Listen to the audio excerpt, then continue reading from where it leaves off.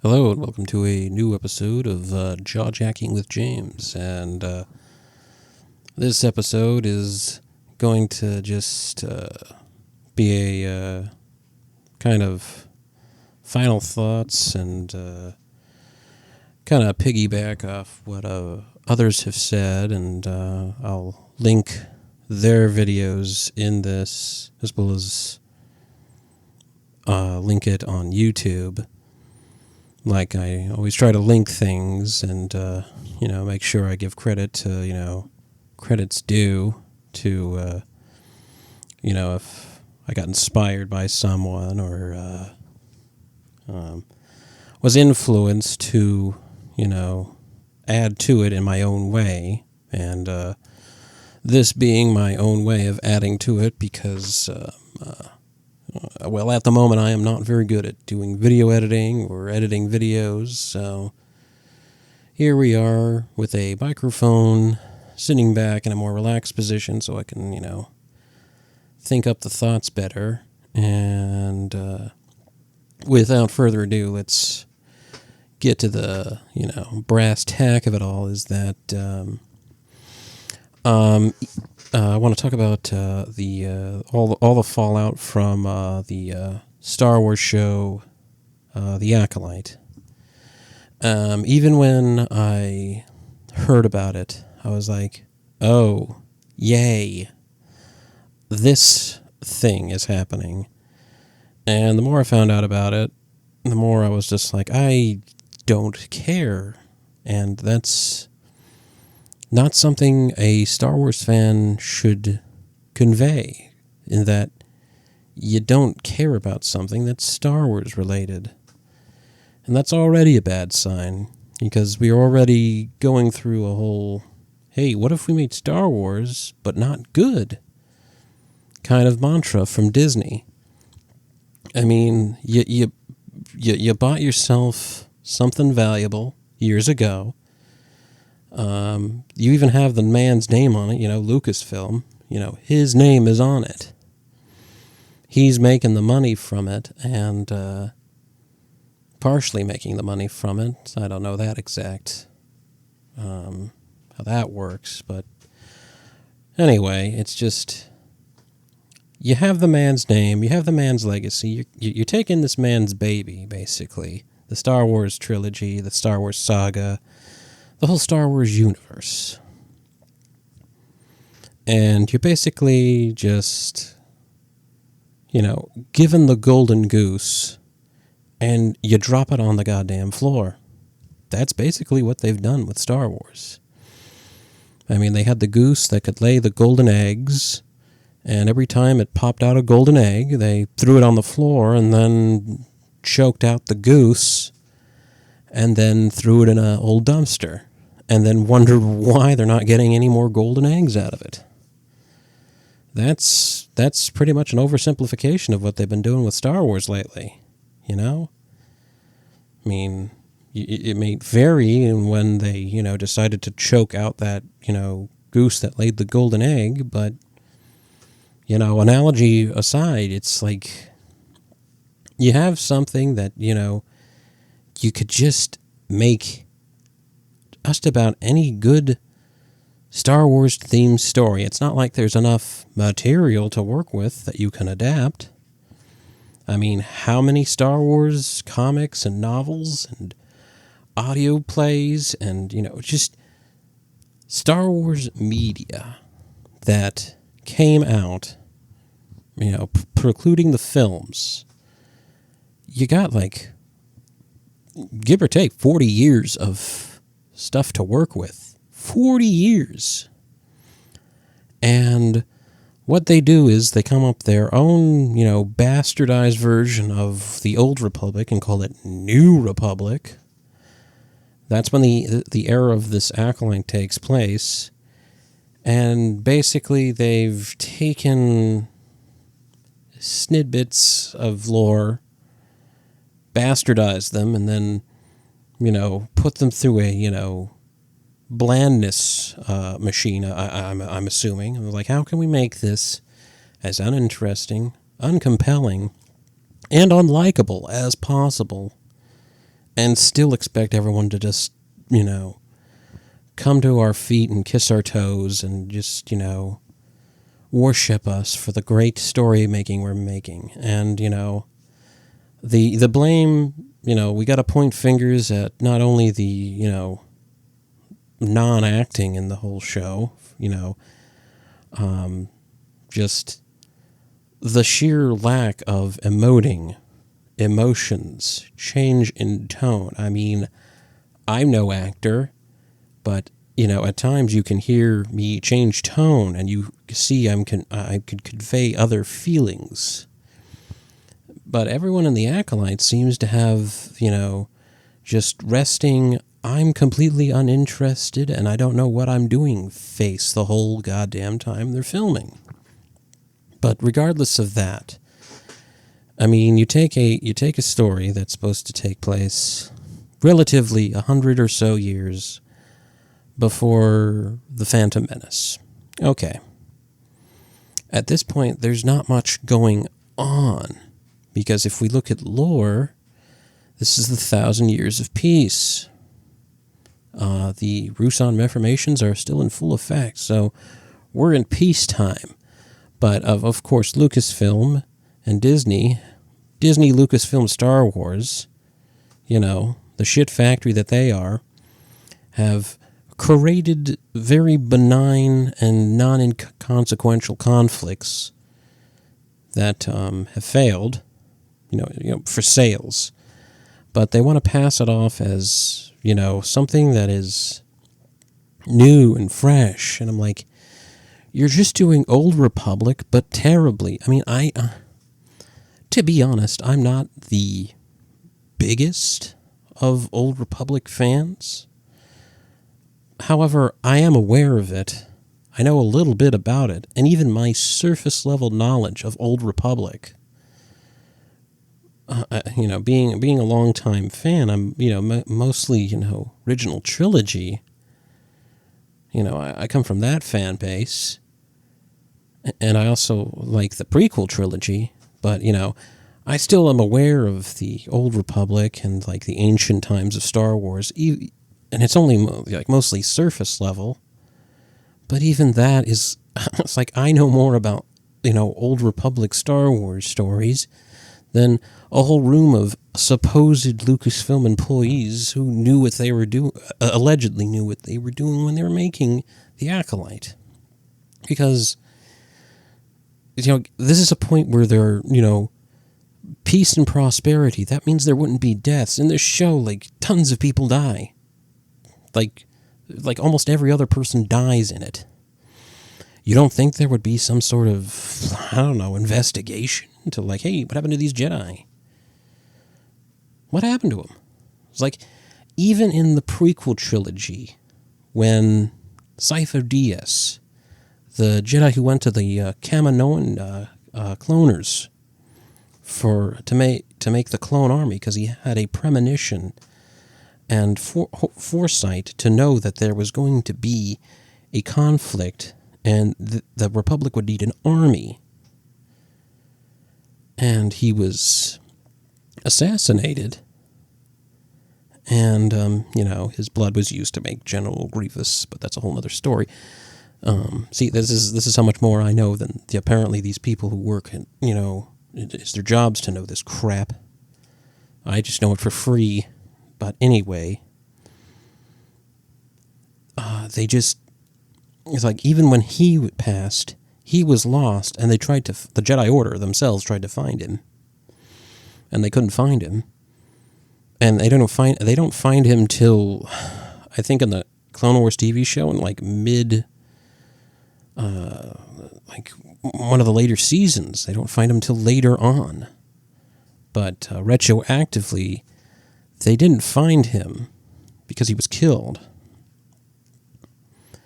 I believe Count Dooku arranged his death, and he didn't want to kill him because he was one of his few friends of the Jedi Order. But regardless of that, there was actually, something going on. So the fact that Jedi 100 years prior with no conflict going on, like no conflict, This is the 1,000-year peace of the Rusan Reformations in the Republic. 1,000 years of peace and prosperity. So, it would stand to reason that the Jedi wouldn't have much to do. So, wouldn't they investigate if some Jedi didn't, check in at any point? Wouldn't they look into that? But then again, this, was written by, people who have, I'm guessing, less than room temperature intelligence, not to mention the director, producer, showrunner, writer, and all that other, as many titles as she wants to give herself. Leslie Headland, who is the personal assistant of Harvey Weinstein, let's never let her forget that. Basically helmed all of this, and a lot of blame goes to her, because she made all of this happen. And, we also have to blame good old Kathleen Kennedy, because, I don't know what, I don't know if she, hit her head or something at some point, but, the amount of money spent is not seen on the show. And, I'll have several, links to videos. I mean, it was initially going to be $130 million, which is a lot of money, but it went up to $180. That's even more money. And I really got to wonder, what did they spend the money on? Catering? Did everybody have a girls' day out or some shit like that? Because I'm not seeing it whenever I look at the Acolyte. I mean, it doesn't even look,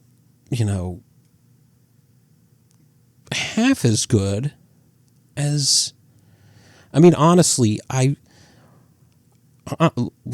me do it back, let me rewind a bit here. If we look back at, let's say, let's even go back to some of the, concept, if you look at the concept footage and, black and white real footage of, let's say just the original, Star Wars 1977 A New Hope. Even the footage from there, even this is rough footage, hasn't been edited yet, hasn't had the special effects put in yet. Even that looks way better. And they even keep the, beat up, lived in kind of style to it. It still looks something that's, we're going on 50 years out from it. And even that movie, which, mind you, had a microscopic budget compared to this movie, still looks better. And, in some scenes, if you look at them, I'll look it up on YouTube and put a link to it so you can see what I'm talking about. There's some parts where a guy just has a sack put on his back so he looks like a hunchback, and he's walking by, Luke or some stormtroopers or Han and Solo and Obi-Wan Kenobi.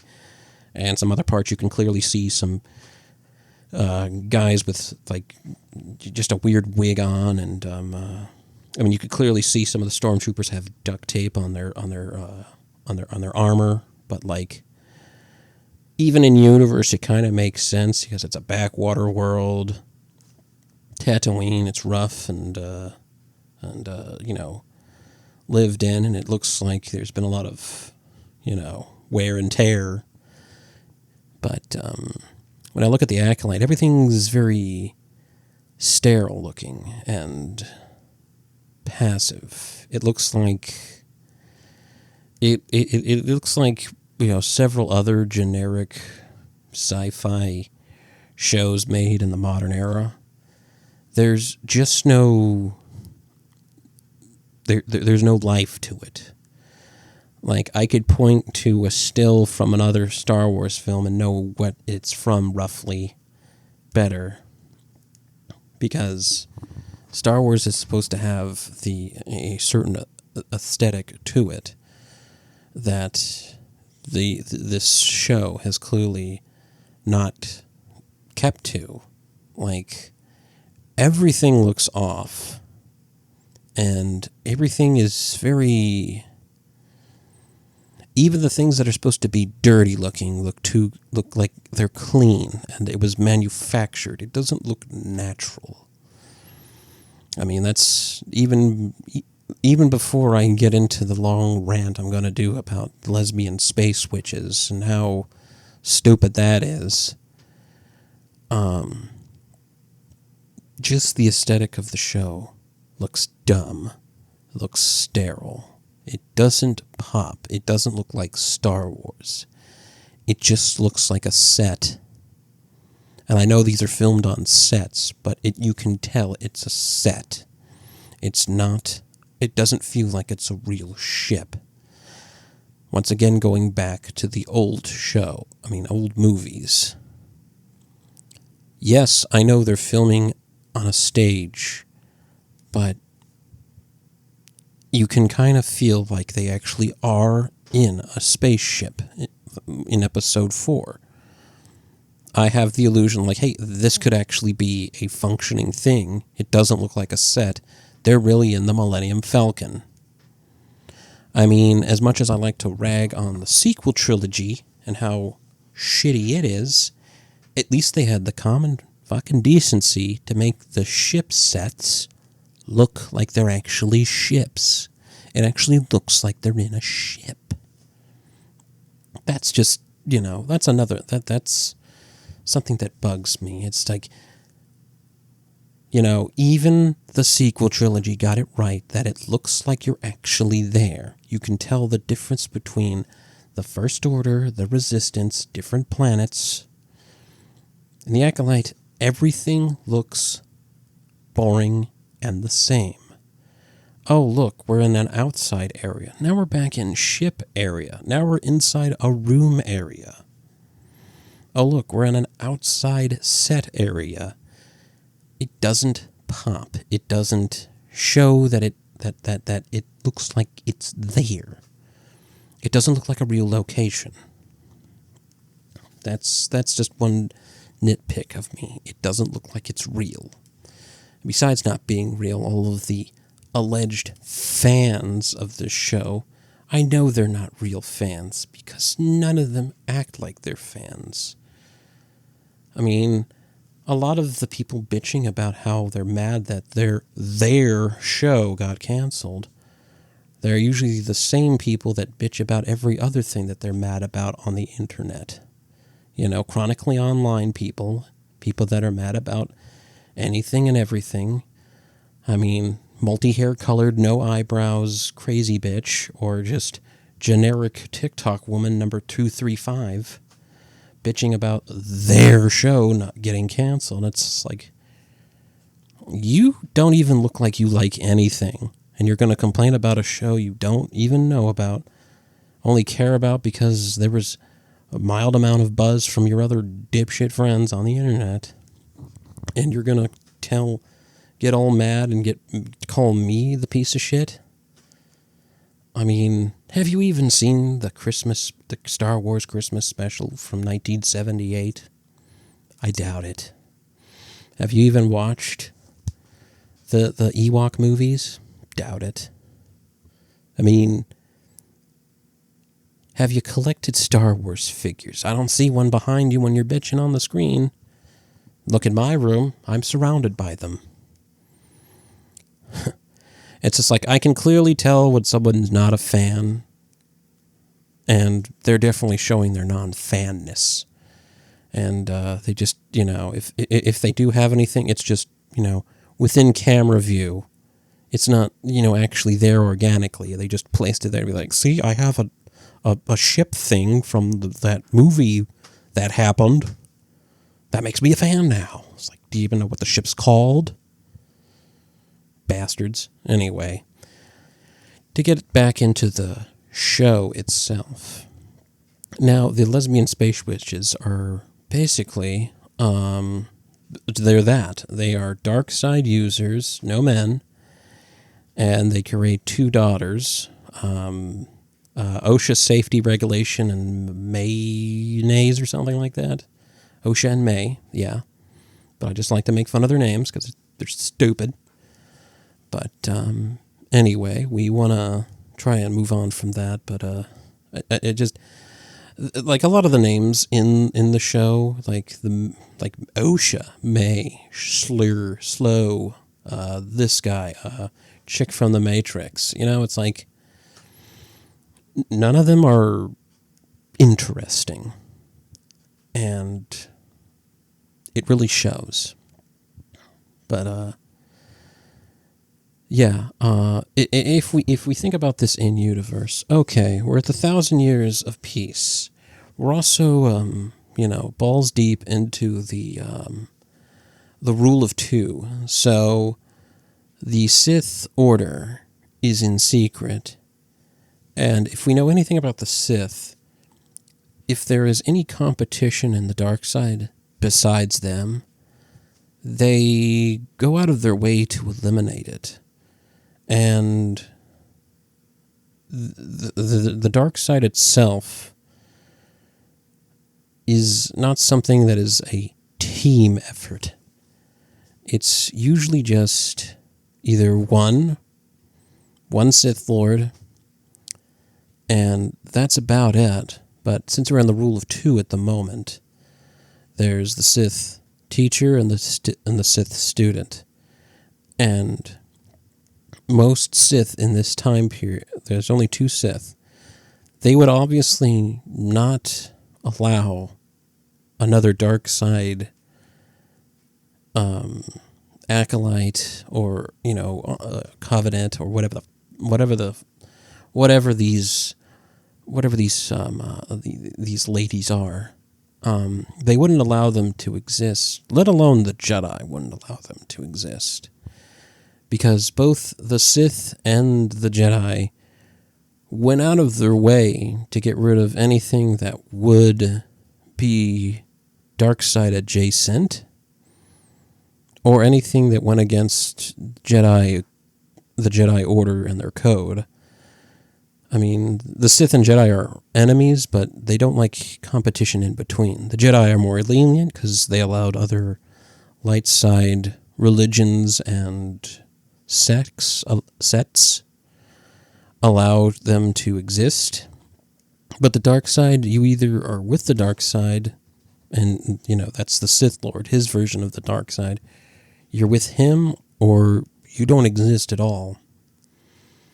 I mean, even if we go forward with Palpatine, he had dark side cults devoted to him, because he was the master Sith Lord, and the culmination of the rule of 2,000 years secret of all Sith, and justly earned, because at that point he was the most powerful Sith Lord, if not one of the most powerful Force users at that current point in time, up until he,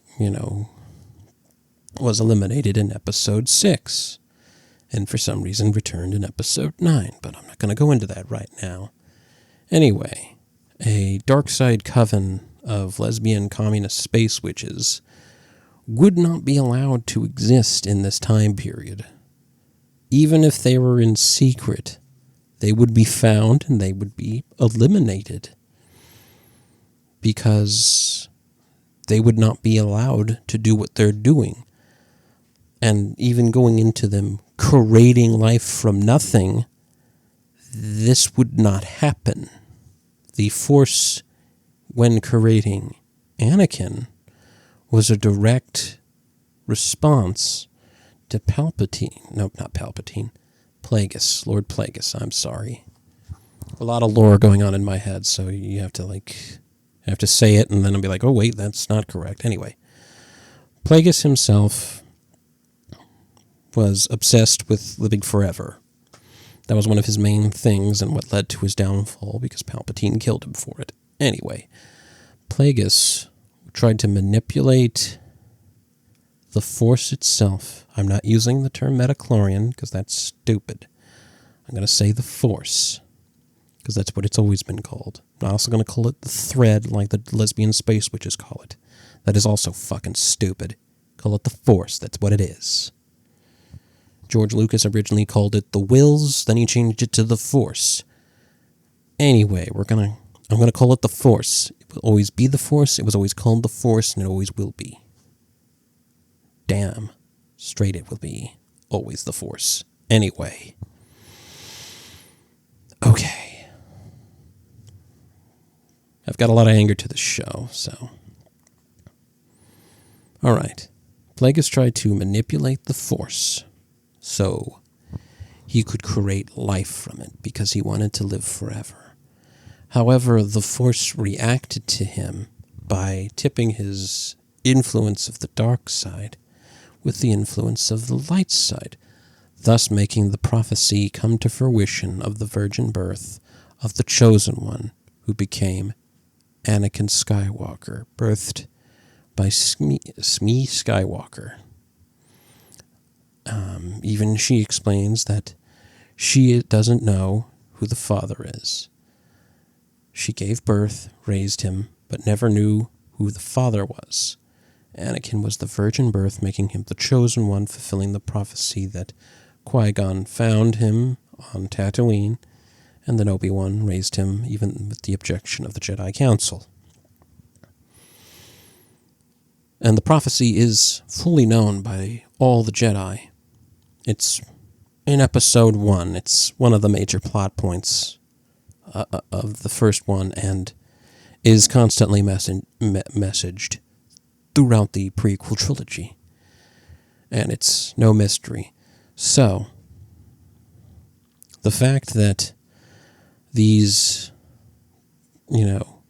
communist space lesbian witches somehow found the dark side knowledge outside of the actual master of the dark side at that point, Darth Plagueis, who,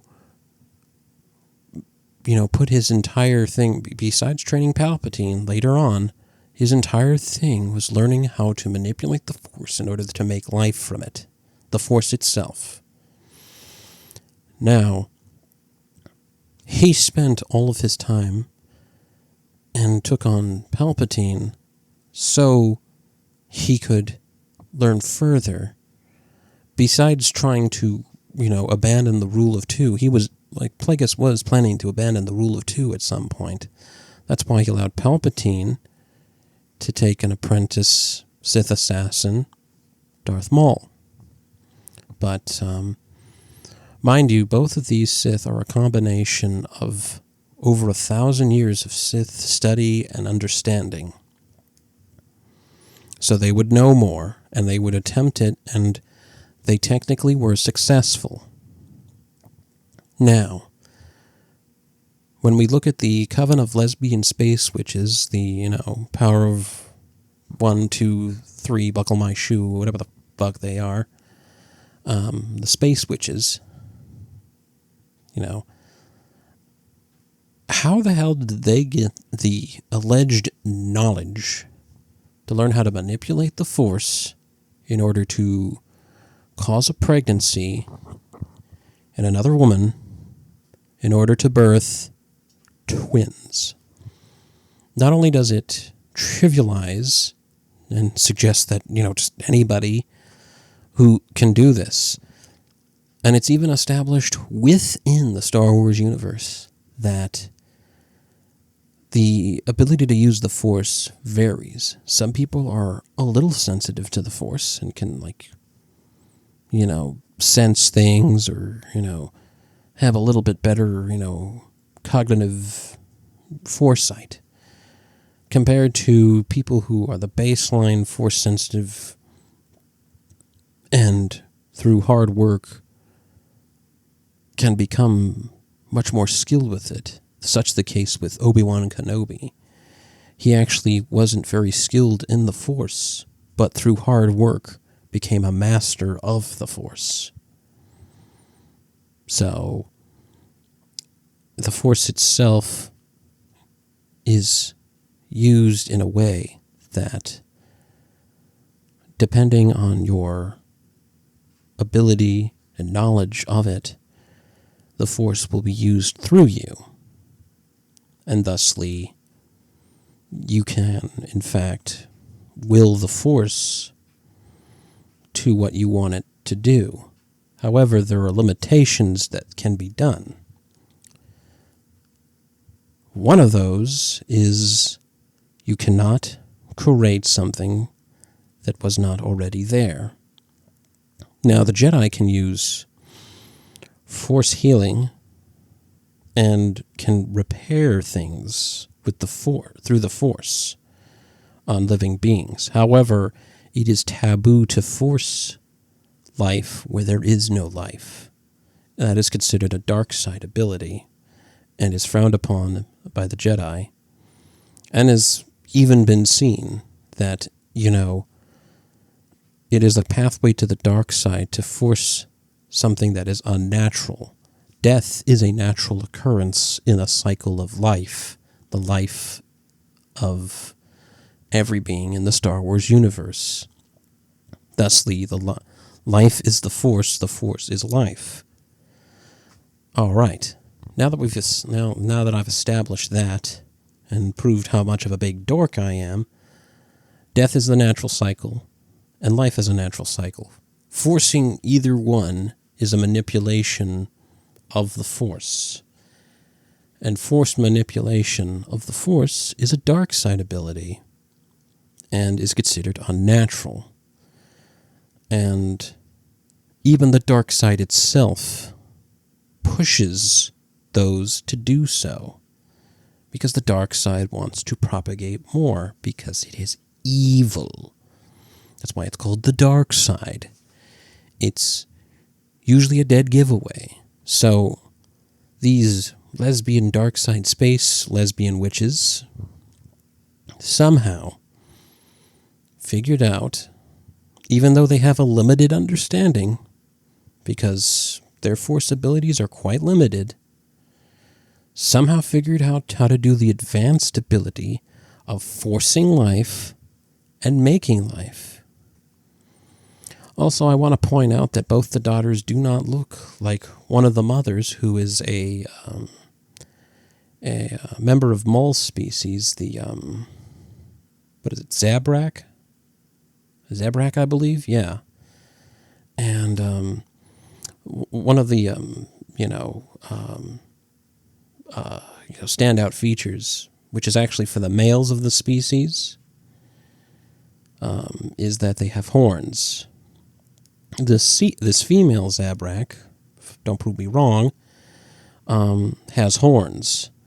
I don't know why the females of the species do not have horns, but the males do have horns. So, wouldn't they have features of of one of their mothers? And if the Force ability was also forced upon her, wouldn't they just look like her and be Zabrak children? Why would they be black? Because the Zabrak, woman who was their mother, who carried them, has horns and is white. So, some blurring questions is like, how can you impregnate someone through the Force and the kids that come out look like the person who impregnated her? I don't remember the actress's name or her character. She's just a black witch person. She also doesn't have much of a personality in it, and she's not a very good person either. Even though she's portrayed to be a good person in the show, she's actually not a very good person. She actually gets everyone killed and is a threat the whole time, so I don't know. But anyway, you ever noticed how, like, the kids are black? The mom that impregnated the female, other lesbian witch, who's a Zabrak, who, mind you, they have horns, different colored eyes, face markings. Why don't the two kids that came out of her, that were born, why don't they look anything like their other mother, or completely like their mother?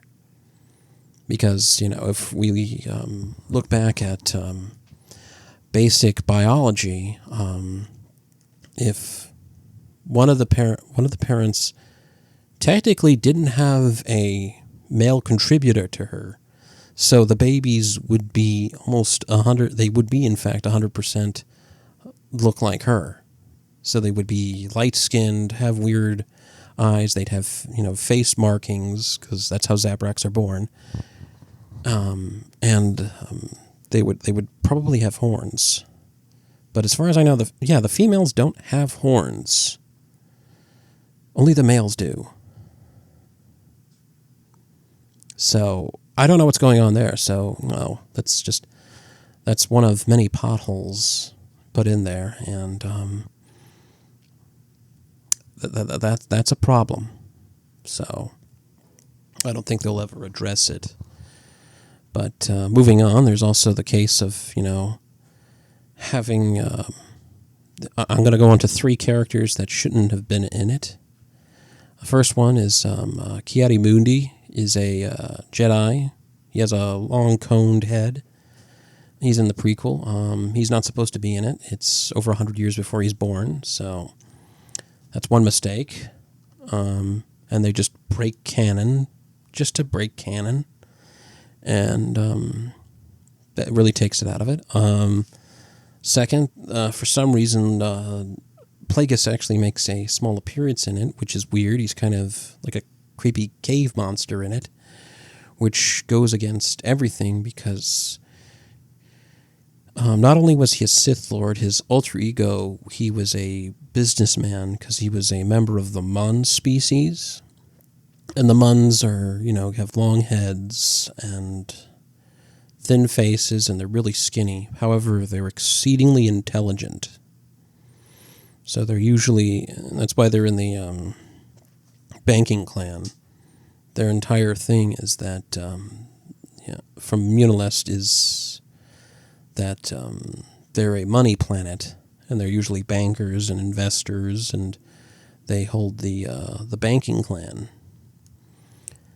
So, so he would be a very distinguished character in his alter ego, and then when he's a Sith Lord, he's a commanding presence. And they have completely made him look like a, cave-dwelling creep, and that is an insult to him and, of course, to us fans. And third is they have the back of Yoda, and I guess they used a puppet they found in a dumpster because he looks terrible. Even in the prequel trilogy, they tried to... Yoda at this point is still very old. However, they made him look younger and less stressed out. In this one, I guess they found whatever shitty puppet they could, and, just like, oh, Master Yoda. Yeah. And if anything, it's just 3 lore breaks, plus some more, in that you have at least a dozen Jedi killed. The appearance of a dark side user, the Asian actor guy. And they basically do a cover-up of the whole thing, and it's like, really? You're going to do that?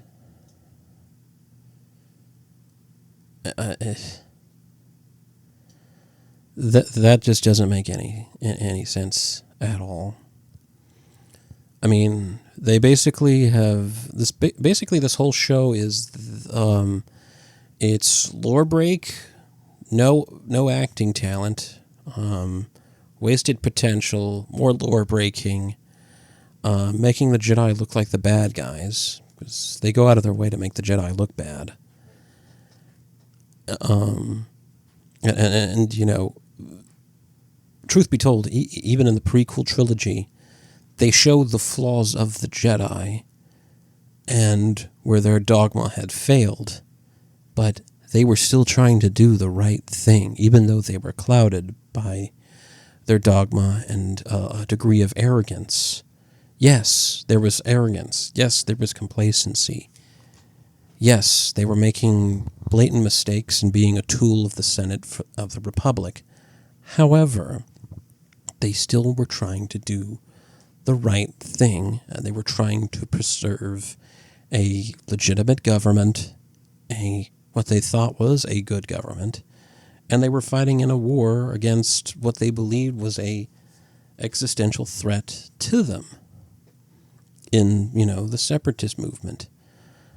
But you can't overlook the fact that, yes, they were making mistakes. However, they were still trying to be good up until the end. And the fall of the Jedi Order in Episode 3 is seen as a great tragedy because they were still peacekeepers of the galaxy. And afterwards, the galaxy is thrown into a totalitarian Sith Lord rule. So, in The Acolyte, the Jedi are shown to be the true bad guys, and the dark side is shown to be good, which is directly counterproductive to everything that Star Wars stands for. I mean, it's the story of good over evil, a space opera, fantasy. I mean, the age-old tale of, the knight slays the evil knight or a dragon or a monster to save the day and make everyone happy. That has not been done in this story. And, if we want to go off and, and just to mention about one of the actors, the main actor who has two roles, yet there's no variation in her acting ability or lack thereof. Amanda Stensberg.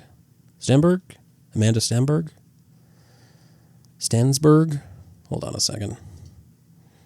How do you say her name? Just doing a quick Amanda.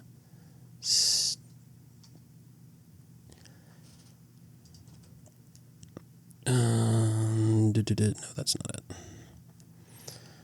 Yeah, well, Amanda Stensberg from, playing the main role of May and Osha. One's I guess, a dark side assassin, and the other is just a person that's in space. Anyway, the actress herself, just, flat out, I have never seen someone, just have such an inability to actually act or react in any other way than blank, bored, and personality-less.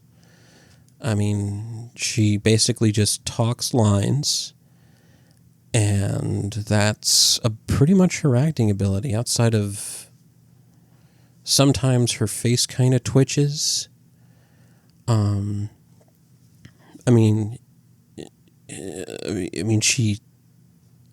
She is like there's no way to just other way of saying it. Like, she is a terrible actress, and she's also a terrible activist, because she apparently every other actor has to be an activist along with being trying to get a work as an actor, and she's terrible at that too. I mean, she hates people like me, real Star Wars fans, but yet, who was Star Wars made for? And who mainly likes Star Wars? Kids like Star Wars. Men like Star Wars. Women also like Star Wars, but mostly your audience is men. And if you give a middle finger to them, of course we're not going to watch your generic sci-fi show that has a brand name on it, but yet you'd add nothing to it and actually damage the brand more than anything else. I mean, it's like, plainly, I just don't like every aspect of this show, and I mean, it breaks a lot of established lore, and I don't care if some other online jerk-off doesn't like that what I say. There's no excuse for it. I mean, it is the most un-Star Wars show ever made. And the reason nobody likes it is because it's terribly made, and the people who make it clearly show that they don't like anyone who says, hey, I have some questions. That doesn't make sense. questioning it makes you a right-wing extremist, apparently, or disagreeing with it. So this is me doing a long form saying, hey, I don't like what you did. I ended my Disney Plus subscription because of it, and I've ignored your show. I would never buy any of the merch that you make for it. I mean, it's already been removed from the Disney store, and I saw like 3 or 4 figures in a Walmart like a few weeks ago. I took them off the shelf and threw them to the side because I'm just like, this is crap. I mean, it really is like the most low effort, expecting heavy benefit kind of thing. It's like it's like just looking at the show, it doesn't look like they tried at all. There is no wonder. There's no magic. I feel nothing for this. It has no magic. Even the sequel trilogy had a little bit of magic I could feel from it. And at times there was some wonder. As heavily as I criticized them and how terrible they are, at least it had a feeling to it. At least I could feel something to it. At least I could tell at least some people cared about what they were putting on screen. Whether it be from the actual, still very good music of John Williams, to the good set design and special effects, and at times beautiful looking ships put in, and at times also some likable characters in it that I wish got flushed out more, but didn't. In The Acolyte, there is nothing. It is a bland show made for no one except left-leaning California people who live in a bubble and have no talent, like nothing, except pushing their left-leaning communist propaganda in anything and everything. And they use popular things and hijack them so they can push it. The Acolyte is a product of that. It has no entertainment value other than pushing the generic agenda that being evil is good, that the good shall not triumph, and anybody trying to do the good thing is actually a bad person in some way because they took something from you or something. The themes of the show are kind of just, they're all over the place and they make no sense. But then I realize it was created and funded by people who don't care and only care about pushing their message. And their message is something along the lines of do evil things and communism good, I think. I mean, they're not exactly shy about them pushing it. But it failed, rightly so, and has been canceled, which is a good thing. And if they learned something from this, who knows? But we will have to see. I mean, there's another one called new show Skeleton Crew, which looks a bit better. I mean, I compared it to, just basically it kind of looks like a combination of E.T. and Goonies, but in space, which is a much better improvement over whatever the fuck the Acolyte is, which is bullshit in space. So we'll see. Maybe I'll have a positive thing to say about Skeleton Crew in a couple months, but Acolyte, I have nothing good to say, and I'm glad it's over, and I'm glad it got canceled, and I hope everyone who was involved with it has nothing but bad memories of it, especially the people who led it. I hope nothing but bad things happen to them. Unpleasant things. Like anything and everything that'll hurt you and that'll make your life miserable. Like not getting as much work or getting fired. Because clearly you're not good at your job and you shouldn't be making movies.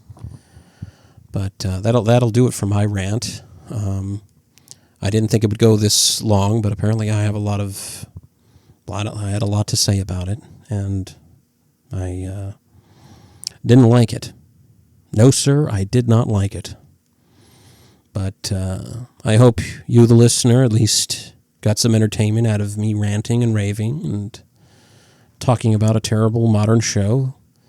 I mean, from the results of the show, apparently not enough people watched it, and that's for the better. I mean, I wouldn't watch it. It's dog shit. But anyway, I hope you, the listener, enjoyed, and I hope you'll consider giving me a follow, a subscribe, taking a look at my Patreon I have going on, and I'll see you in the next episode. You have yourself a good day, and may the Force be with you for a better future.